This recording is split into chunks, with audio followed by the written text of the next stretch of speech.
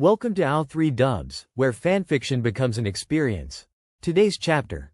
20 of Pulling My Weight by It's the Choco Puff. Press play, relax, and let the story unfold. 20. Resolution equals.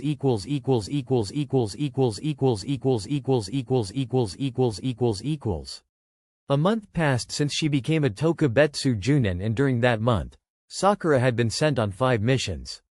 3 of which were with Genma. She knew that it was pretty much a given that they would work well together, seeing as she was practically a tailor-made partner for him, but she'd still been shocked at just how seamlessly they moved around each other, included the other in their plans, then executed them without a hitch. It seemed that all she needed to do was think something, and Genma was already there, doing it. Her illusions and his accuracy with throwing weapons made for a deadly combination attack, just like they had planned, and yet she was still in awe. And, for the first time, Sakura found herself laughing and joking around as she completed an assassination, able to think of more than just the nauseating fact that she was already in the triple digits of successful targets. Tsunade's face when they got back from a mission that was meant to last a week 3 days early was also a perk. For that first month, Sakura was living on cloud 9, inwardly laughing in the face of anyone who'd told her she should have held off, should have enjoyed being a chunin and whatnot, instead of rushed to get her promotion. It was the happiest she'd felt since that mission to Suna with Shikamaru, a year back. Shikamaru. While she'd been in recovery from the concussion she earned from her fight with Gaku, the Nara had come and briefed her on their next mission. A 3-way joint chunin exams between Konoha, Suna, and Kiri, just as they'd suspected. Her and Shikamaru were responsible for the Konoha part of the exam, also like they'd suspected. The surprise came a month before the first stage was meant to begin.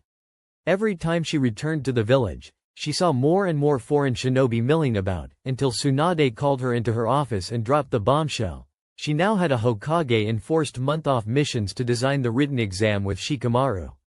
Not implement it, design it. Not for the first time, Sakura wondered about the percentage of important decisions that were made when Tsunade wasn't 100% sober.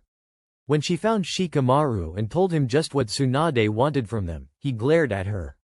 Okay, very funny. Now what did she actually say? He snarked, and it was only when Sakura's expression didn't change that he paled. Don't tell me you were serious. All Sakura could do was nod, then start laughing, because even if her reaction had been exactly the same, there was something to be said about sharing that ridiculous responsibility with someone like Shikamaru. As they said, a burden shared is a burden halved, right? Especially if the person she was sharing with was a certified genius.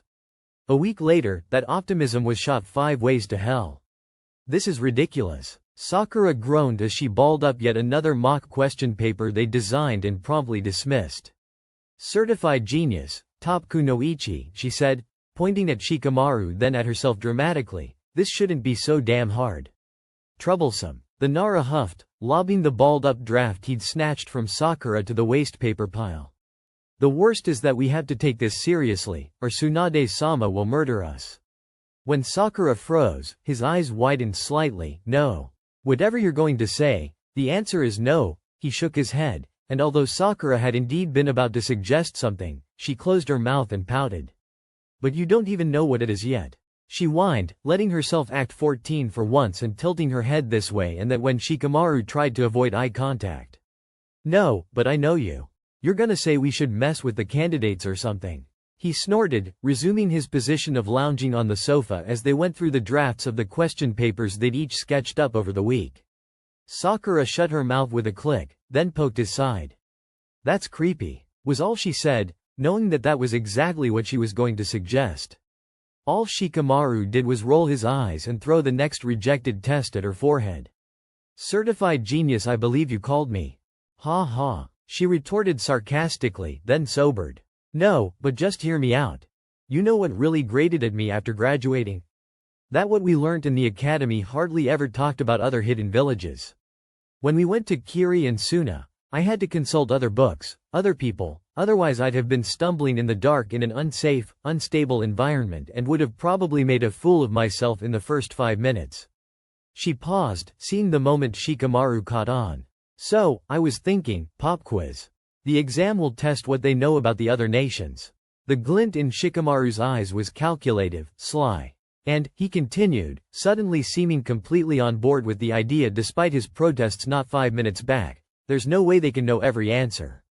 We should make the pass percentage something ridiculous, like 90, so that they'll have to talk to the foreigners. Sakura stared at the brunette so long he actually started fidgeting. What? He asked at last, flinching back a little when the rosette grinned, wide and toothy. I created a monster, she observed, but she didn't seem in the least worried or repentant. Instead, she offered her hand to him, palm perpendicular to the ground in an expectant high five, and Shikamaru snorted, but obligingly slapped it lightly with his own. Let's do it. 2 weeks later, on the day of the written exam, Anko and Ibiki were staring at the copy of the question paper they had designed, eyebrows raised and, in Anko's case, grinning evilly. And you didn't think to confirm this with anyone before the actual test day?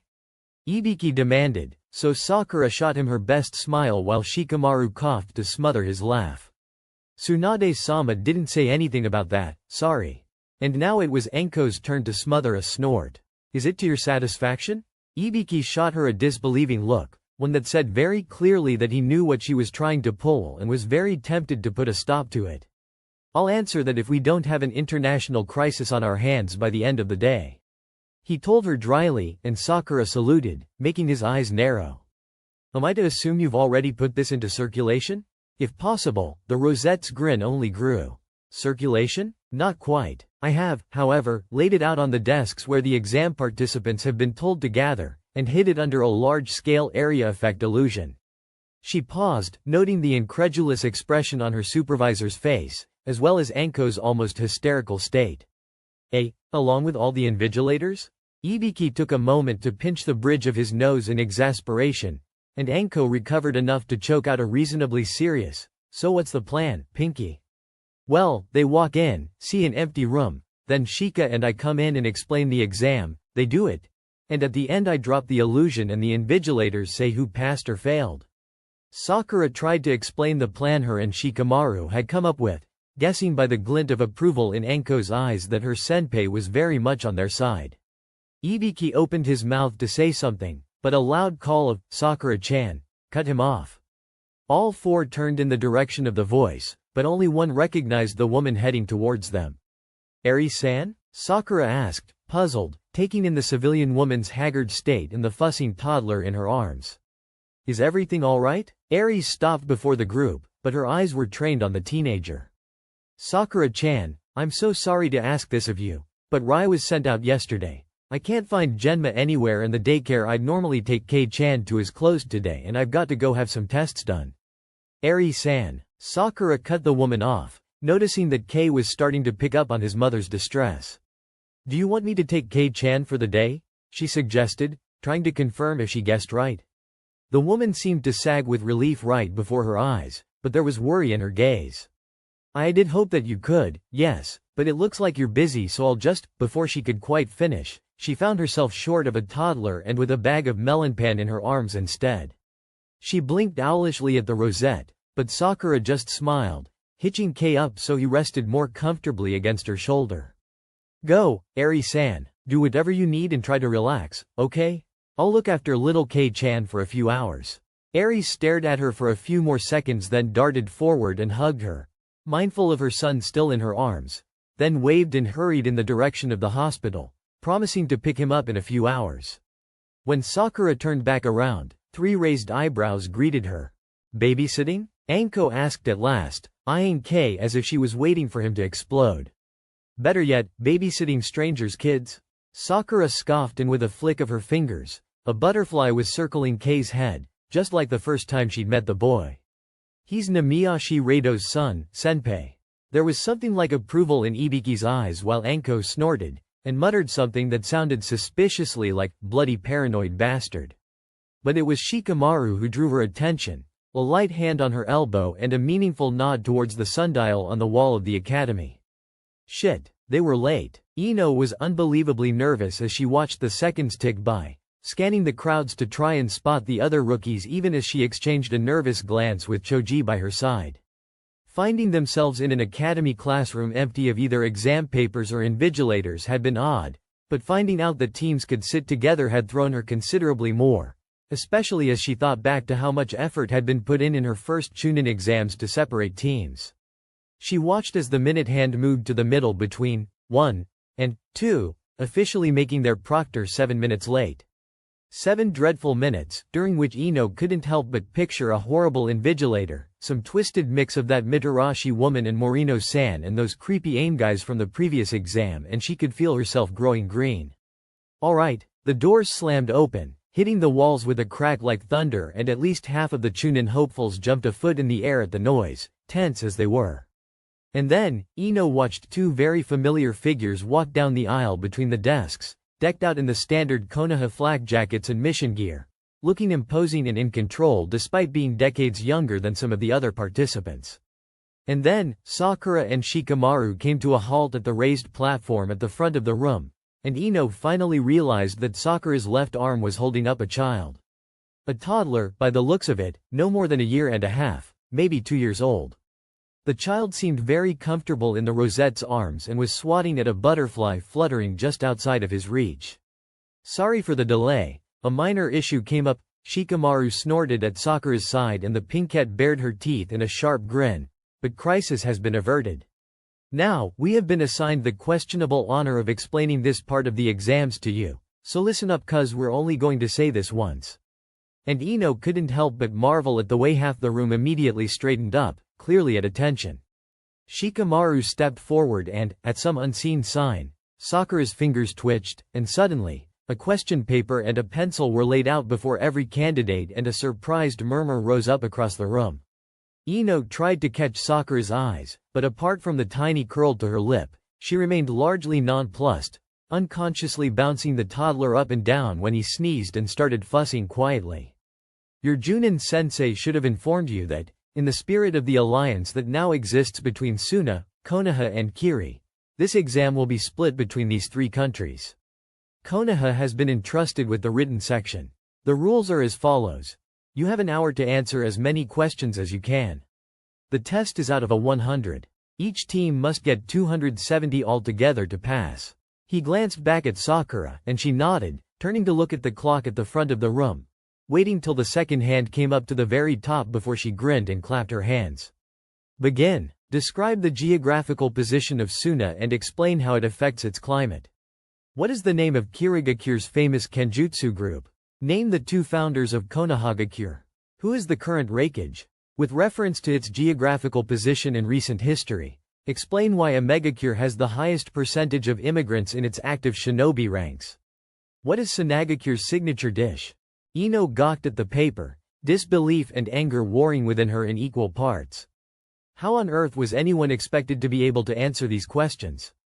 She raised her head and glared at the duo at the front of the room, only for her eyes to grow wide when she took in her old teammate and once best friend.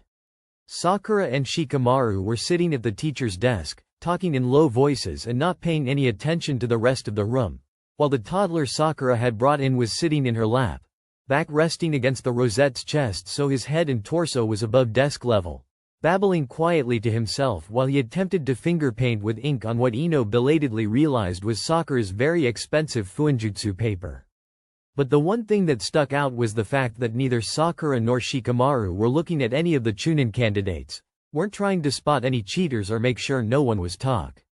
Hold on a minute. Ino frowned as she recalled Shikamaru's introduction to the test, realizing too late that her old teammate hadn't said anything about cheating. Hadn't mentioned the punishment nor the penalty, and, now that she thought about it, hadn't even mentioned the absolute silence rule that the academy senseis had always stressed. And, when Ino looked at some of the questions, well, there was no way she was ever going to be able to answer most of them. Not alone. As surreptitiously as she could, she nudged Choji, then pointed at the question about Suna's food. Slowly, though his hand trembled slightly, the Akamichi pulled his own test over and pointed at his answer, letting Ino copy it down. Glancing around again, Ino realized that she wasn't the only one nudging her teammates, though most people were still sitting with their heads bent down, working quietly, or running their hands through their hair in clear distress. Throwing caution to the wind, she turned completely around in her seat and faced a young, blue-haired girl from Kiri. "Hi," Ino mouthed with her best smile. "How do you feel about helping each other?" In the spirit of the alliance, of course. The girl eyed her distrustfully, exchanged a look that seemed to carry an entire conversation with the other two kunoichi on her team. And wasn't that just unfair? An all kunoichi team, before turning back to Ino with an adorable, gap-toothed grin. Deal, she mouthed, and promptly slipped Ino her paper, while Ino quickly grabbed Choji's and pointed to all the answers about Konoha while she copied down the Kiri-specific ones. Do you think they're gonna figure it out? Shikamaru asked absently, pulling the Fuinjutsu paper towards him so that Kei's ink-drowned finger landed on the paper and not the table. The toddler, for all of his adorableness, had not quite grasped basic hand-eye coordination yet, and his motor functions were questionable at best. Sakura shrugged, trying and failing to coax Kei into making shapes that at least vaguely resembled kanji or at least something recognizable instead of a big, black blob. I dunno. You were very vague with your instructions, so at least some of them should realize it was intentional.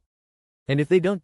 The Nara pressed, looking around surreptitiously and noticing that some people were staring to turn around and talk to those around them. Sakura looked up from Kei's artwork and leveled him with an unusually serious look. Then it will highlight a very obvious fault in our educational system, won't it? Shikamaru stayed silent at that, then breathed out a mix between a sigh and a laugh. I suppose it will. A few more minutes passed, and at a little over the half-an-hour mark, there was movement from the desks. Ino stood up, consciously not looking at neither Shikamaru nor Sakura, and headed towards the end of her row, crouching next to a team from Iwagakure. And then, it was as if a spell broke, and at least one person from each team got up and wandered to whatever team they needed help from, conversing in low voices, some laughing, others only a step away from hostile, but overall, Sakura couldn't help but send a victorious smirk at Shikamaru when he turned back to her. In response, he scowled and threw one of the balled-up ceiling tags at her head. Shut up. In the end, almost half of those who sat the exam didn't pass, and it was largely composed of those who did not come from Konoha, Suna or Kiri and were even more unwilling to work together than the former. There was, and luckily so, Sakura mused, at least one team from the other villages that did pass, so Konoha wasn't going to be accused of fixing the results. Then there were also those who point-blank refused to ask others for help or simply never looked up from their own paper and didn't get enough points to qualify for the next stage. On a completely unrelated note, Sakura had to admit that dropping the second layer of the disillusionment jutsu and revealing that the walls of the room were lined with grinning chunin from T&I had been one of the most satisfying moments in her career so far, and made the chakra drain that came with maintaining such a large-scale illusion for over an hour more than worth it. Still, after everyone had dispersed and Sakura had managed to escape the T&I workers who knew and recognized her and wanted to share in their schadenfreude with her, her and Shikamaru were summoned to Tsunade's office about their performance during the first stage. To their surprise, the woman had laughed, told them the elders were livid, and threatened them with a mission to Frost if they ever gave her such a headache again, then promptly told them that they were going to be separated for the next stage. When Shikamaru found out he was going to Suna alone, the expression on his face sent Sakura into a laughing fit that even Tsunade's glare couldn't calm. Have fun with Chio, she managed to choke out in between giggles, barely dodging the swat the Nara made at her head. Is there no way for Sakura to come with me, Tsunade-sama?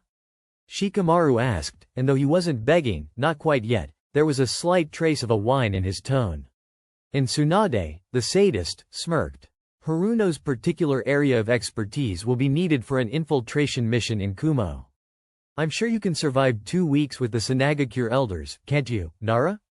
And so it was, that the next morning, Shikamaru was at the head of a large, international party heading to Sanagakure, while Sakura was assigned to a considerably smaller group of mixed chunin and junin and snuck out of the village in the early hours of the morning, dressed for battle and with a grim feeling in her gut. 2 weeks later saw her back in the village, sniffling from a cold, with a considerably higher kill count than when she'd left and the chunin from her mix-and-match squad jumping at her every move, while the junin tried for understanding looks and ended up looking incredibly patronizing instead. It wasn't her fault none of them had thought about how effective a Mass Effect genjutsu could be for an assassination specialist before.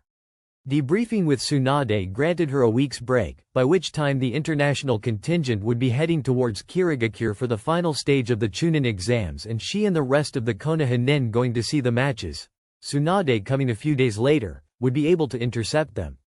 During her week of Godem-imposed R&R, Sakura caught up with Genma, met up with Izumo and Kotetsu, went to Eri-san for thank you cookies and playtime with Kei. He really was too cute to stay away for too long, and actually found herself genuinely resting.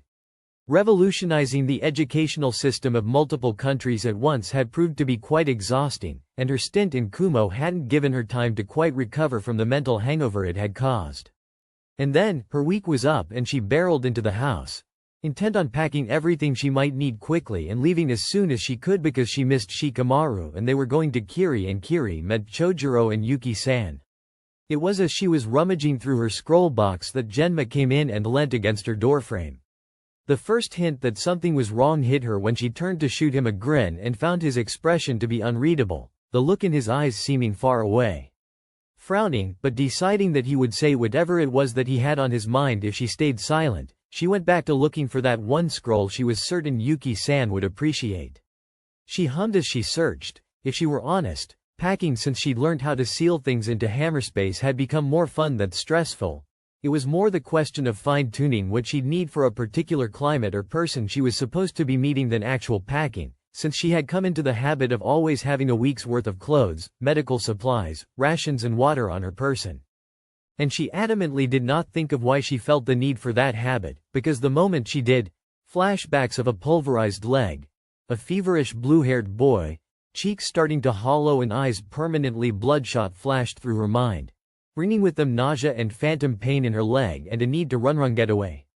Sakura shook her head, chasing the images away, and focused back on the box in front of her. Then, just as her fingers wrapped around the scroll she was after, a quiet, triumphant, aha! Escaping her, Genma spoke, shattering the peaceful atmosphere. Will you tell me where you're going? Or is this another Anbu mission that you'll conveniently forget to tell me about? The scroll slipped out of her suddenly numb fingers and fell back into the box, disappearing from her sight, but she didn't care. Not when Genma's voice was that cool, indifferent drone that could have almost been sarcastic but instead just sounded flat. Cold. Excuse me? Sakura asked, hating the way her voice broke, but Genma and cold just didn't compute in her mind. I asked whether you'd be so inclined as to tell me where you're going this time, or are you planning to disappear for another month and forget to tell me you joined Anbu while you were gone, Jackal?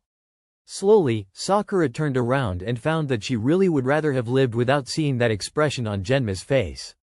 A mix of anger, disappointment and betrayal? What? She managed at last, then shook her head. Are you angry that I joined?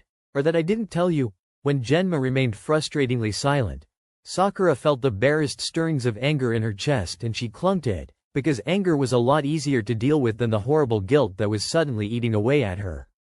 If it's the former, then I would like to remind you that I can make decisions without consulting you on every step. She bit out, guilt doubling when a flash of something that looked suspiciously like hurt passed through Genma's eyes. And if it's the latter, then I don't know if you've ever had Bear pin you in place with his killing intent while he lectured about how Anbu is a secret organization and how to keep it a secret, but I did and I would rather not cross that man. That rule refers more to the shinobi who see Anbu as a proof of masculinity or whatnot and would be tempted to run around the village screaming their mask name from the rooftops, not to lying to those closest to you about where you were for a month. Genma snapped, and now the anger hit her like a tidal wave, guilt momentarily forgotten when suddenly Genma was angry too. I wasn't lying, she shouted, hurt more than insulted, but Genma just scowled. Lying by omission is still lying, Sakura. And suddenly, hearing her name from the brunette didn't bring the usual fuzzy feelings and affection, but instead rage and indignation. Do you realize how controlling you sound? She demanded, rising to her full height, absently noting that Genma only had a little over a head on her now. You are not my mother. I don't have to tell you everything. And do you realize how hypocritical you sound? First getting angry when I didn't tell you about something you deemed your business, but calling me controlling when I want to know about you signing up for something you are far too young and inexperienced for? Sakura recoiled, more startled and hurt than if he'd slapped her. But it seemed that Genma wasn't bothering with pulling punches anymore and kept going. I don't know what delusions you may have about Anbu, but I thought all my stories would have served to free you of them. Anbu are nothing more than glorified murderers, Sakura. And have you thought, she replied, Her voice miraculously steady even when inside, she was shaking with pent-up emotions and hurt. That maybe I knew that. Judging by Genma's face, he hadn't even taken that into consideration, and suddenly, there was wariness in his eyes. Sakura took vindictive satisfaction in driving that blade in deeper. And have you maybe thought that I chose to join Anbu because I am a glorified murderer? My kill count is in the triple digits, Genma. Some of my classmates haven't even had their first yet. Did it never occur to you what training the last 2 years to be your partner would mean? What a solid mastery of illusions and anatomical knowledge that comes with medic training creates. I took out a dozen chunin in my last mission with a C-ranked genjutsu and well-aimed senbon.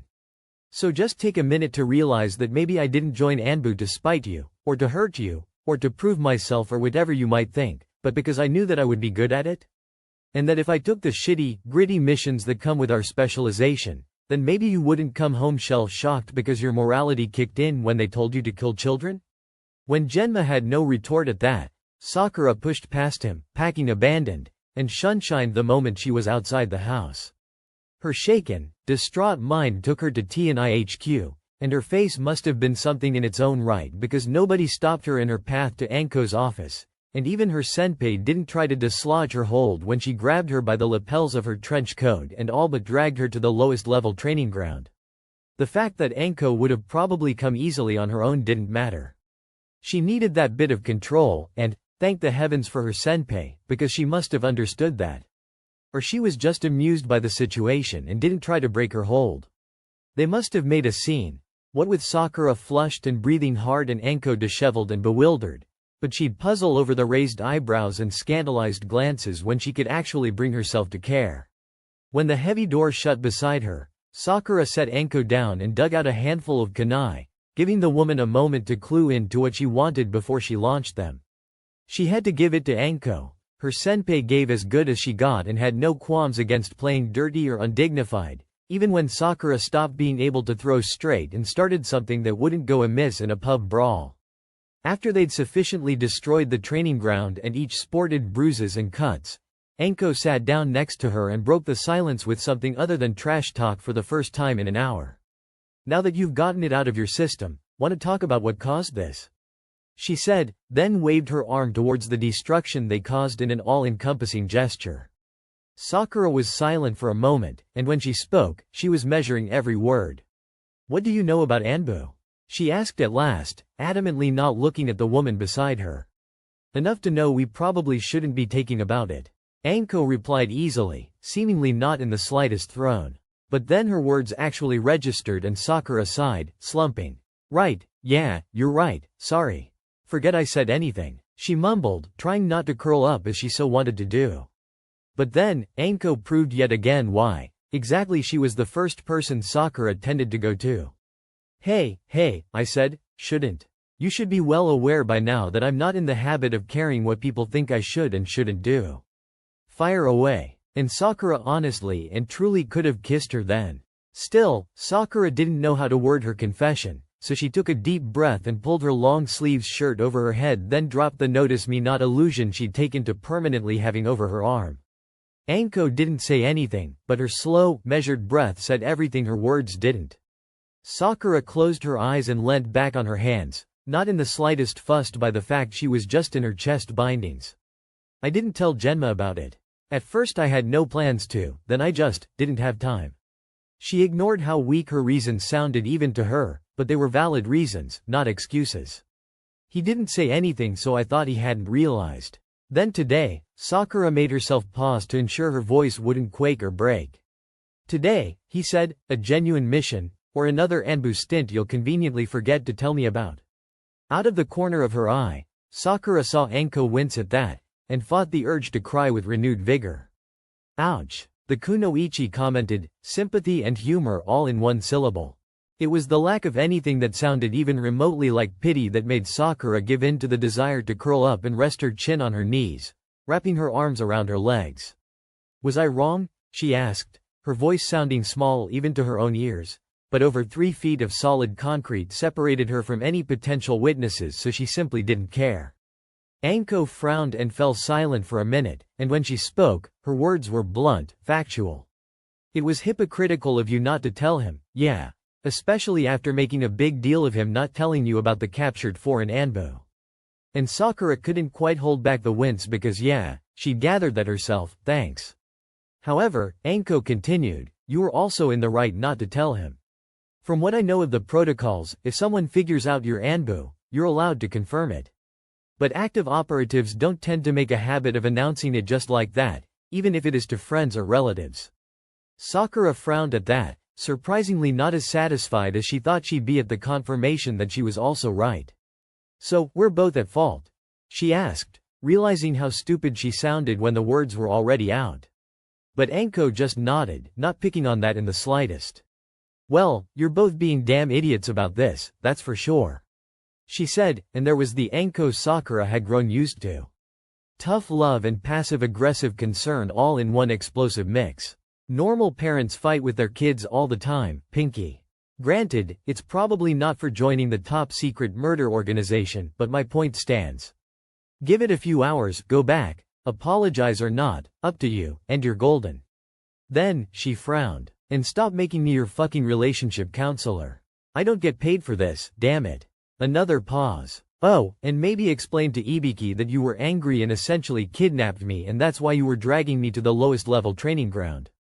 Just, so I don't have to. Sakura stared at her, momentarily thrown.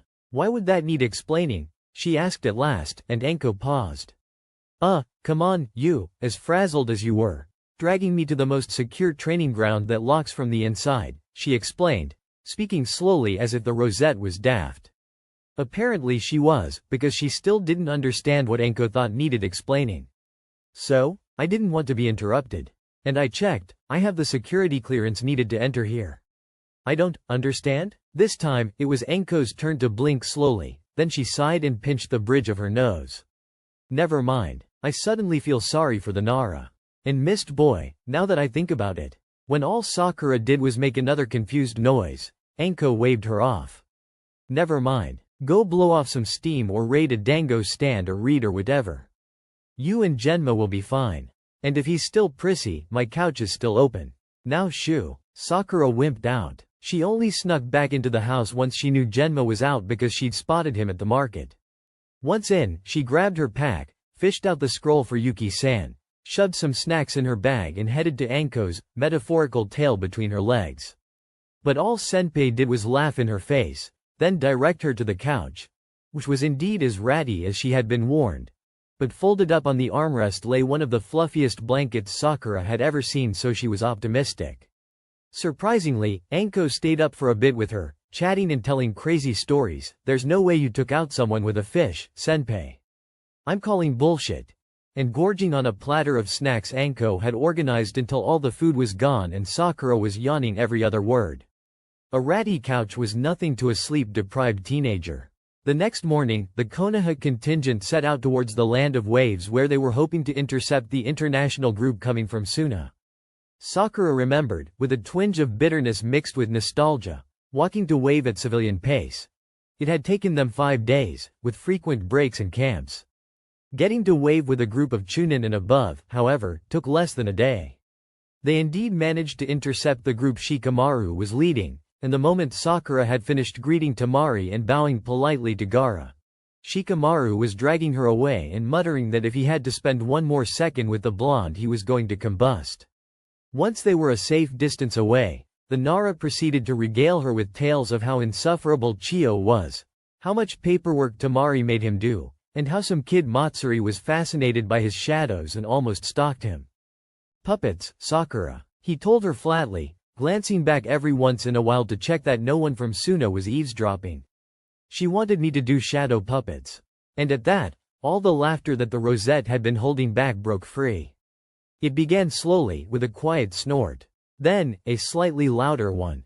Then she chanced one look at Shikamaru's indignant face and she was off, laughing loudly and staggering slightly when she attempted to hold her stomach and keep walking at the same time, only laughing louder when Shikamaru elbowed her to shut her up.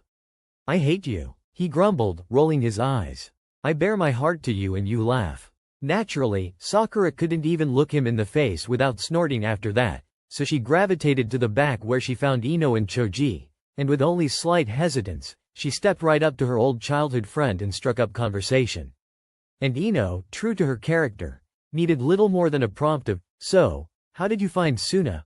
to launch into an hour-long description of how awful the heat was for her hair, how she now sported really unflattering tan lines, how the Suna population really needed to learn about subtlety because she could sense at least one person following her whenever she went to the market, and how the second stage was, like a bastard child of the forest of death and that exam you and Sheikah created. We had to work together to navigate unknown terrain and bring some pointless scroll back or we'd fail. Sakura hadn't even noticed they had reached the edge of the peninsula until the crowd in front of them thinned and she realized that almost everyone had already boarded one of the boats in the little flotilla that had come to transport them over to Kirigakure proper. She ended up on a boat with Ino's team, an all-girls Kiri team and a silent trio from Iwagakure. Sakura sat with her back to the direction of travel, facing the three teams and their oarsmen and pulling out a book when she noticed that Ino was more interested in admiring the islands they passed by than idle chatter. Smiling, she settled more comfortably on the wooden bench and stuck her nose in the newest text she'd found on elemental compatibility, considerably more prepared for the half-hour voyage than she was last time. When Ino glanced back at Sakura, she almost screeched.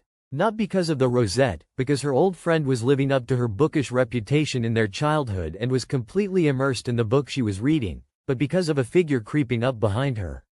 Creeping atop the surface of the water was a man. Not an enemy, since nobody had moved to attack him yet, but not a friend either, judging by the startled gasps from the Kiri team on board. And while it was true that Ino had not had many dealings with Kiri shinobi, she was almost convinced that one of the requirements to be admitted into the ninja force was creepiness. The man who was currently slinking closer and closer to the rosette had long, black hair that wouldn't go amiss on a hyuga but far, far wilder, blades criss-crossing over his back, loose, long hakama pants and kimono top, and the wild look in his eyes gave him a dangerous appearance that wasn't dulled in the slightest by the grin he sported, nor by the finger he raised in the universal sign for SSH. When he met Ino's gaze. The fact that he was clearly intent on Sakura unnerved her, so she surreptitiously reached down to grab a kunai and waited. She'd give him a chance. Still, she couldn't help but gape as the man jumped lithely onto their boat without making it wobble in the slightest. The Kiri team behind her let out another gasp when he only grinned wider and moved to spook Sakura, but the rosette reacted first. Glancing up from her book, she craned her neck to look at the nin and shot him a bright smile. "Yuki-san, got stuck with the tour guide duty this time?" she greeted cheerfully, teasingly, even, not in the least creeped out or apprehensive about someone who had clearly been trying to startle her. The man laughed and settled down next to the teen, all fluid, deadly grace, and a smile that was all sharp teeth. And Sakura just smiled wider and visibly relaxed, and Ino wanted to shake her. "Just herding the flock. Still think Mizukage-sama should have made getting to mainland part of the test." Yuki replied, never losing the slightly crazed grin, as if Sakura had just said the greatest joke. "And hey, you're getting better at this," he added, which Ino didn't follow, but Sakura obviously did because she seemed to glow at the praise, though she assumed a mock scowl. People don't tend to think clearly in test situations, and just think of the paperwork Mai-sama would have had to fill out if 3/4 of the participants got killed by the locals. You're a cruel servant if you wish that fate upon your military dictator. She chastised, but even Ino knew that she wasn't serious. And of course I'm getting better. If you recall, last time, I was home, asleep and doped up on painkillers. And I don't make chakra sensing when at home a habit, I'm not that paranoid yet. She added indignantly, gesturing wildly seemingly in an attempt to encompass the sheer ridiculousness of that idea. But it seemed, Yuki-san was hung up on one particular part of her speech, the same that Ino was. Yet, he parroted, one eyebrow rising and grin turning sly. Sakura, however, just waved him off. In our specialization, paranoia is more of a certainty than a possibility, wouldn't you say? I've embraced the fact that I'll reach that stage at some point. She explained, so matter-of-fact that Ino felt a shiver go down her spine. But Sakura just closed her book and leaned further into the man at her side, glancing up at him as she spoke. "Think I'll be able to take you up on that spar at some point? I think Sheikah and I are here as more of a formality than to do the whole diplomacy shebang again, so I'll probably have a fair bit of free time." Yuki snorted, then snaked an arm around the rosette's shoulders, pulling her into his side like they were old friends. I'll never decline an offer for a live sparring partner. He told her, surprisingly sober, before he smirked. Most people tend to try it once then leave me high and dry when I need them most. He sighed, and if Ino was feeling particularly brave, she might have even said that he whined. Sakura huffed a laugh and shrugged. Well, you do kind of give off this, I'm going to send you home in a matchbox, vibe, so on one hand I'm not surprised. She offered, laughing at the indignant noise from the Kiti Nin. And on the other? For some inexplicable reason, Sakura's smile softened as she said, on the other, I know better. Then, the look disappeared and she clapped her hands, pulling away to grin at the man. But you've got a reputation to uphold and everything, so I'll keep your secret. I'll come after you if I hear otherwise. Came the response. Ino expected Sakura to back off or grow serious, because that was a threat, she could have sworn, but all the rosette did was laugh and drop her head to rest on Yuki's shoulder. I'll look forward to it, she said, careless, as if this was all a big laugh to her. What's new in the land of filed teeth and awful humidity? Apparently, Ino mused as she watched her old friend. In the years that she hadn't been paying attention, Sakura had gone and grown balls of steel. Sakura had been right. While her and Shikamaru did get a nod and a wave from Mei, the actual formalities of the final stage of the exams was being handled by other people, so the two of them had time to wander around the village, chat with some shinobi and civilians alike and, what threw Sakura the most, get a lot of free food and produce in general from the store owners. Apparently, saving a village from an economic downfall gives you celebrity status around here.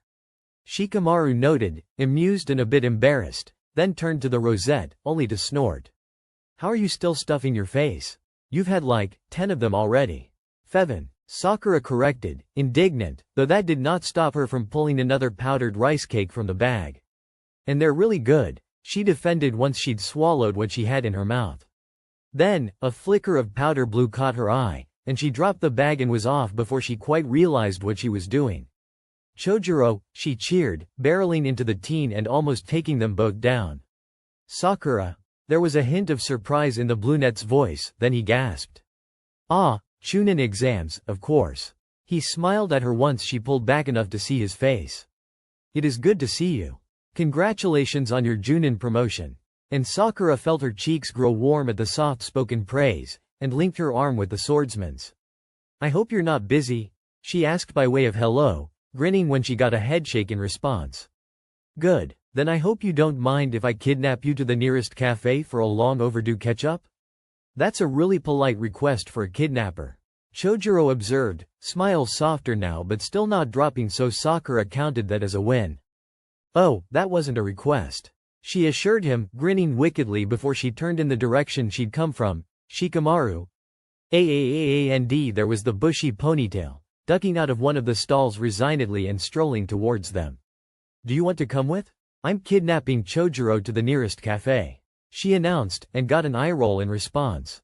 Of course you are. The Nara sighed, forever long suffering, nodding at the brunette Sakura was still clinging to. Good to see you. However, and here, he yawned, and presented Sakura with a narrow-eyed look, what I want, right now, is a nap and an actual bed. Socializing hours will resume tomorrow from 10 to 5 in the afternoon. Have fun and don't do anything stupid. And so saying, he raised his hand in a lazy wave and sauntered off in the direction of the accommodation assigned to the Konoha block. I don't think your partner likes me very much, Chojuro observed, a slight frown pulling at his brows. Shikamaru? Sakura confirmed, just to be sure, then scoffed, pulling her companion to the cafe sign she'd spotted. It's nothing personal. He's just an old man in a 15-year-old's body. He needs his naps or he gets cranky. And he doesn't have a legendary chakra sword, which might contribute to his grumpiness. You know, boys and their toys and all that. Sakura babbled, not quite sure what was coming out of her mouth but just really happy that she could actually enjoy this. Enjoy time with a friend in a little coffee shop, enjoy foreign foods and being a teenager. Chojuro just smiled a bit wider to the point where Sakura could see the hint of a sharpened tooth poking out, so she stuffed another mochi in her mouth before she could do something stupid like call it endearing. What was wrong with her? Genma didn't pretend that it didn't hurt when Anko slapped him. Right there, in broad daylight, across the face, in the Junin HQ. Then, the Hokage wants to see you. You and Hitaki are to be your guards to Kiri for the final stage of the exams. And suddenly, Genma wanted to smack himself. It didn't make any of his anger at his kid's hypocrisy go away, but it kick-started the guilt he'd been trying so hard to ignore. Because of course it was Kiri. The Nara went off to Suna for the second stage when she got sent to Kumo. He'd heard her complaining about them being separated, had gone out to buy a store's supply of sweets and hot chocolate for the kid. They were both idiots. And so Genma found himself traveling to Kiri, him, Senju Tsunade and Hitaki Kakashi. But never, upon entering the village, did he think he'd hear one of the gate guards mutter to his companion. Apparently Yuki's conned the swordsman and that diplomat from Leaf into a spar. Think they'll survive? Judging by Hitaki's twitch, he too had heard the man, which made the way he froze after hearing the response all that much clearer. 2 kids, one from Leaf at that? May-sama better prepare a matchbox to pack up what's left of them into. Luckily, Tsunade only laughed when both he and Hitaki turned to her with the same request on the tip of their tongues. Go. 2 after arriving, and, if anyone asked, she was not the one to blame for the situation. Shut up Shikamaru. Sakura found herself on a training ground, weapons drawn, Yuki to her left and Chojuro to her right, and a surprising number of spectators hiding in the tree line. First blood? Chojuro suggested tentatively, slowly unclasping his sword from his back and bending his knees, but Yuki waved him off. With mine and Pinky-chan's specialization, that would make this really short and boring, and I haven't had a proper spar in months. He said, waving a hand that was already wrapped around the hilt of his signature twin swords in a dismissive gesture. I second that. Sakura piped up, her own hands grasping her twin dado, even as she wondered whether the Haramekure couldn't just snap the blade in half in one swipe. Until forfeit or complete incapacitation? She suggested instead, and got an appreciative, if a little wild grin from Yuki for her efforts. And then, not waiting for any formal, go ahead, Sakura concentrated, forced her chakra in the right channels even as she felt them burn and pulled. She felt the moment Yuki broke the illusion and she dropped one of her swords and snapped through 3 more sequences when she realized that Chojuro still hadn't broken it.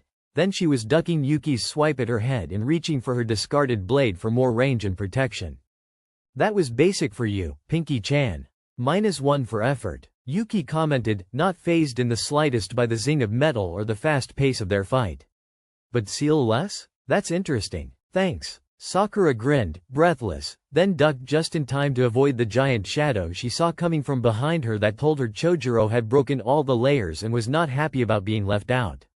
Seeing Yuki and the brunette had both hands occupied with each other, she began peppering the ground with explosive tags, then threw a hasty notice me not on them before she rejoined the fray, alternating between coming at Yuki's back and Chojuro's until she suddenly found herself as the piggy in the middle and could think little more than oh shit.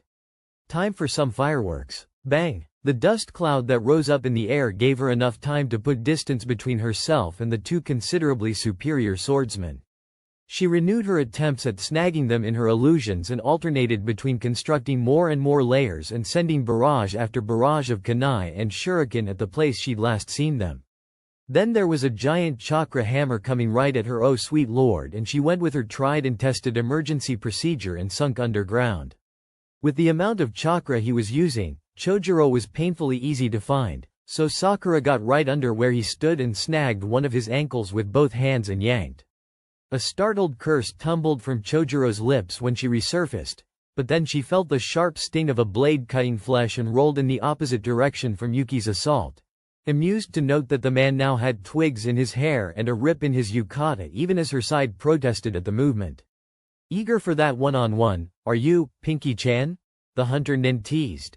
Then he sheathed one of his swords and folded his fingers in a familiar seal. Don't, but the clearing they were in had already filled with milky white mist and Sakura swore. It was like Zabuza all over again. Then there was a shift in the air behind her and instinct more than anything else made her duck, just in time for the swipe at her neck to shear off some of her ponytail instead of her head. Boo! Yuki taunted, about to advance, but was instead forced to jump over Chojuro's blade as the brunette appeared behind him and swung at his waist. Ever the opportunist, Sakura sheathed one of her knives and produced chakra strings instead, hoping to take advantage of Yuki's still airborne state. She managed to snag one of the wakizashi from his hand and throw it away from him. But Yuki merely used his free hand to grab a kunai from his pouch, used the flat of Haramekure as a springboard and cut through the chakra strings, leaving Sakura to admire his agility even as she cursed him in her mind. Then, it was as if the same thought passed through their mind, and as one, Sakura and the hunter nin turned on Chojuro, relentless and probably more than a bit mean, chipping away at his defenses until he finally made a mistake and Yuki immediately exploited it, sneaking up behind him, holding both his hands in one of his while Sakura held the tip of her blade to the brunette's throat. "Do you give?" she panted, watching as Chojuro tested Yuki's hold until he reached the same conclusion she had, unbreakable. I do," he replied, and Yuki released him with more care than Sakura expected. They waited until Chojuro made it safely to the tree line before turning on each other. Immediately, Sakura went for chakra strings again, hoping to rid the hunter nin of his swords because he was far too good with them for her taste. To her surprise, the knives came easy, but then she wished she hadn't done it because the moment his hands were free, Yuki flashed through the seals for the hiding in the mist jutsu for the second time, and they were enveloped in thick fog once again. This time, Sakura tried to keep her senses on high alert while also setting her own traps, but that just made her jumpy and she ultimately missed the barrage of kunai that came at her legs and a shower of shuriken that shot straight at her head. Unable to neither duck nor twist out of the way, she let a few of the throwing stars hit her shoulders, sending a quick prayer of thanks for the padding of her flak jacket when only her upper arms were really hit, then sent a wave of killing intent in the direction the shuriken had come from. Instead of the mist dropping, a laugh rang out and Sakura whirled. It was completely not the direction she had been expecting and she panicked. Then, almost slapping herself for her idiocy, she found the chakra trace of one of her explosive tags that was scattered around the ground and activated it. Having chosen one far away, she was safe from the blast, but as the mist cleared, she found that Yuki hadn't been so lucky and was actually a lot closer to the explosion than she'd thought. Still, that was the window she needed. Sakura used Yuki's momentary distraction to dart forward and stick a tag she'd been palming on his back, too low for him to reach with the sword sheaths above it. She saw the flash of alarm in the other's eyes, but before he could react or she could reconsider, she was pumping chakra onto the seal and feeling a grin stretch on her lips. Boom! Pale purple smoke surrounded Yuki and he started coughing, the training ground filling with the almost nauseating smell of lavender.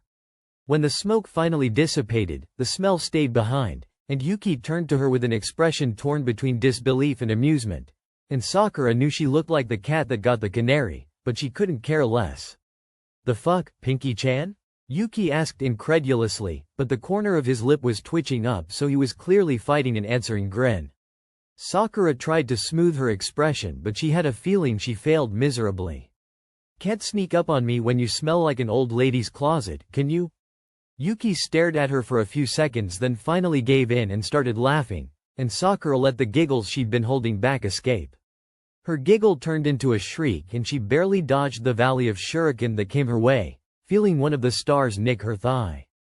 Then Yuki was on her again, grinning even as his twin wakizashi reappeared and forced her to dodge, roll, parry, dodge, kawarimi with a discarded kunai, dodge. The next time she gained enough distance, she flashed through the seals for the earth jutsu that almost didn't make her flinch anymore, the waterlogged earth sucking out more chakra than she was used to, and just as it was about to solidify around his leg, Yuki jumped and it crumbled. Just as it seemed they were at an impasse yet again, Sakura felt the air around her grow cold, the water crystallizing, growing heavier, colder, sticking to her skin and freezing. She realized too late that the cold was making her sluggish, that she was almost completely covered by ice, but just as the last of what was covering her arms started freezing, she managed to snag at the last handful of explosive tags she had in her pouch and throw them a few feet away from her, and then she could move no more. She took a moment to absently wonder where the hell Yuki got off, using ice techniques on her, then breathed as much as the ice surrounding every inch of her body allowed her, trying to calm the rising panic at being physically unable to move at all. Then, knowing she'd already wasted precious seconds, she sought out her explosive tags and pulled. The resulting explosion made her certain she'd have at least a mild concussion and first-degree burns along her left side, but hey, looking on the bright side, at least she could think straight. When she got her wits back and looked up from where the force of the blast had thrown her, Yuki was patting down his yukata which had caught on fire, but Sakura was pretty sure he hadn't been close enough to be affected unless she shunshined to less than a foot away, and yes, that was the barest hint of worry in the hunter nin's eyes, and Sakura felt undeniably touched. So she raised her hands up in the universal halt, then began helping Yuki pat down the still smoking fabric of his yukata. When they were done, she stepped back a little, eyebrow raised. That was new, she observed, amused despite herself, referring to the ice prison he'd caught her in. And that, Yuki said, a slightly crazy glint in his eyes as he pointed at the crater left behind by the stash of explosive tags she'd triggered, was genius. Sakura grinned and shrugged, then took a few steps back. Ceasefire's over, then? She asked lightly, though the look on Yuki's face made her drop her hand to her weapons pouch and palm a smoke bomb. Her suspicion was only proven when Yuki raised an eyebrow, expression devious. What ceasefire? The whistle of air behind her was Sakura's only clue that she was screwed. Watching her fight with Yuki, Genma realized that he had been wrong about his kid. He'd thought and spoke of her as a genjutsu mistress, someone who could bend reality to suit her will and make her targets not even see the knife coming until it was too late, but nothing more. But now, watching her fight someone who, by all intents and purposes, should have been able to kill her within the first strike, he realized something he'd failed to see during the Junin exams or any of their previous spars. Sakura wasn't a genjutsu mistress. True, she used genjutsu. That had been what she'd sought out when she was still a fresh-faced genin, what had brought the two of them together in the first place. True, she tended to start off a fight with her illusions. True, she liked to use them to confuse their target before either she or Genma dealt the finishing blow. But she wasn't a genjutsu mistress, not like Kurenai. Genma had watched the latter fight often enough to be certain that while her other skills were sharp enough to get her the Junin promotion, they could be summed up into the 10th of October 80 ratio in favor of genjutsu over the other two. Sakura, however, wasn't like that, and Genma was kicking himself that it took him so long to notice. Surviving a fortnight of enemy pursuit should have been the first alarm bell, almost a year ago. Illusions, when in a state of permanent chakra exhaustion, would have been nigh impossible. Defeating a Hyuga should have been the second. A Hyuga, whose eyes see through genjutsu, who stole her best asset from her in the first minute of their fight. Qualifying for Anbu should have been the third. Anbu didn't accept one-trick ponies into their midst, Genma himself could vouch for that. And yet, his kid had gotten into the assassination squad at that. But it wasn't until he was watching her blow away the mist with explosives that imitated a jutsu he remembered the sand girl using in their Chunin exams that he truly realized what he was seeing. His thoughts whirred as he watched Sakura dance out of the way of a water dragon, throw some light-hearted teasing back and forth with an S-rank assassin and use a jutsu he knew had been the one responsible for pulverizing her leg in her opponent's moment of distraction. No, Sakura wasn't a genjutsu mistress. His kid was a survivor. Sakura lost that spar. Badly. The swishing of air turned out to be the blade of two water clones that had somehow snuck behind her. One struck, while the other predicted exactly where she would move to dodge and struck too. And while both of Sakura's hands were busy fending off the dual assault, the real Yuki managed to sneak up behind her and press close to her back, both wakizashi at her throat in such a way that even breathing deeper would have cut her skin. You ass. She sighed, knowing a loss when she saw one. Still, that didn't make her resist the temptation of flicking her heel up in hopes of nailing the most sensitive area, but Yuki just laughed and stepped away a little, not letting his knives lose contact with her throat. Maybe. Question is, do you give, Pinky-chan? He whispered, body shaking with poorly suppressed mirth. Yeah, I give. It's not like I'm not getting out of this one anytime soon, is it? Satisfied, Yuki let her go, and the clones that she was still holding off with her swords turned to puddles before her eyes. Then, just as she was turning to thank the hunter nin for the spar, her eyes fell on two figures standing just behind the tree line and her breath caught. Because right there, standing both a little wide-eyed and having undoubtedly just witnessed her fight and staring at her were Genma and Kakashi. Sakura turned and fled. Kakashi found her first. But Sakura wasn't hiding, not really. Just avoiding the areas most of the foreign nin would know of and be comfortable at. Perching beside her on the pier, legs joining her and dangling off the edge but resting on the surface of the water with the aid of chakra, signature book in hand. Sakura could almost pretend that she was 12 again, that they were back in wave, that Zabuza was the biggest threat she'd ever faced and Sasuke riddled with Senbon the most traumatizing thing she'd seen. But as it was, almost 2.5 years had passed since that moment, and the man next to her could have very well been a stranger. She didn't know how long they sat there, but eventually, Kakashi broke the silence.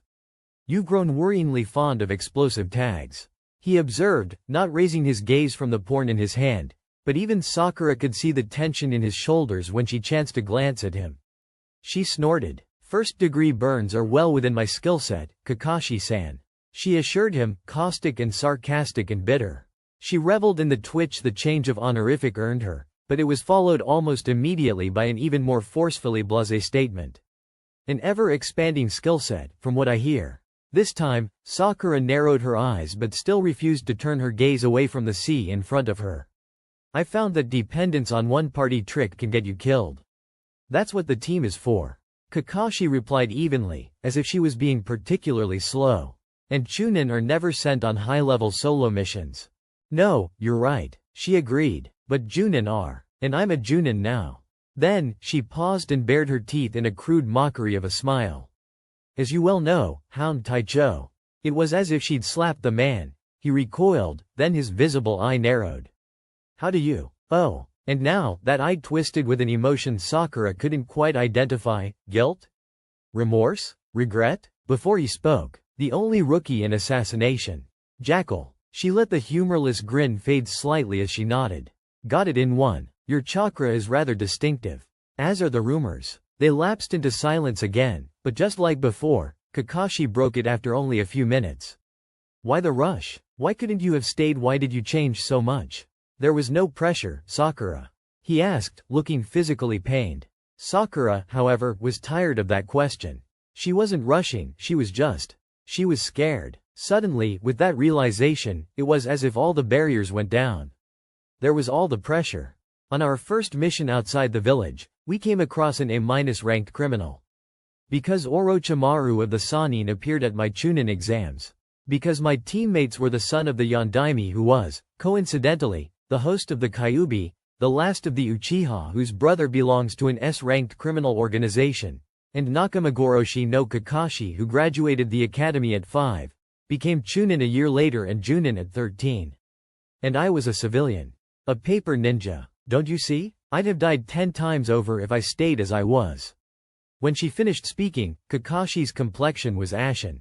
But Sakura had shared too much. It had taken Inoichi almost a year to get her motivations out of her, and she trusted the Yamanaka clan head far more than the man who in his teenage years had earned the moniker Friend Killer Kakashi. So she flipped the metaphorical knife so the blade faced him.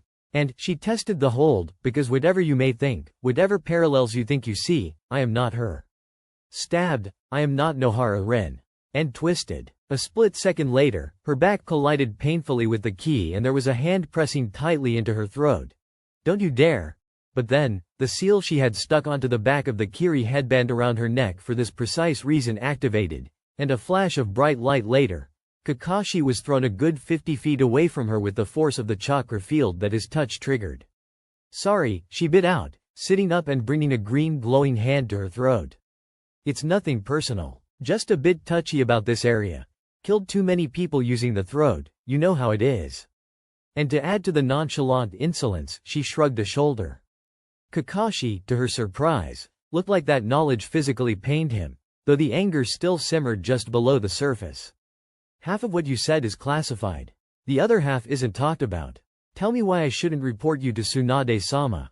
"What for?" Sakura laughed, though the threat stung more than she'd care to admit. "Have you forgotten what my other day job is?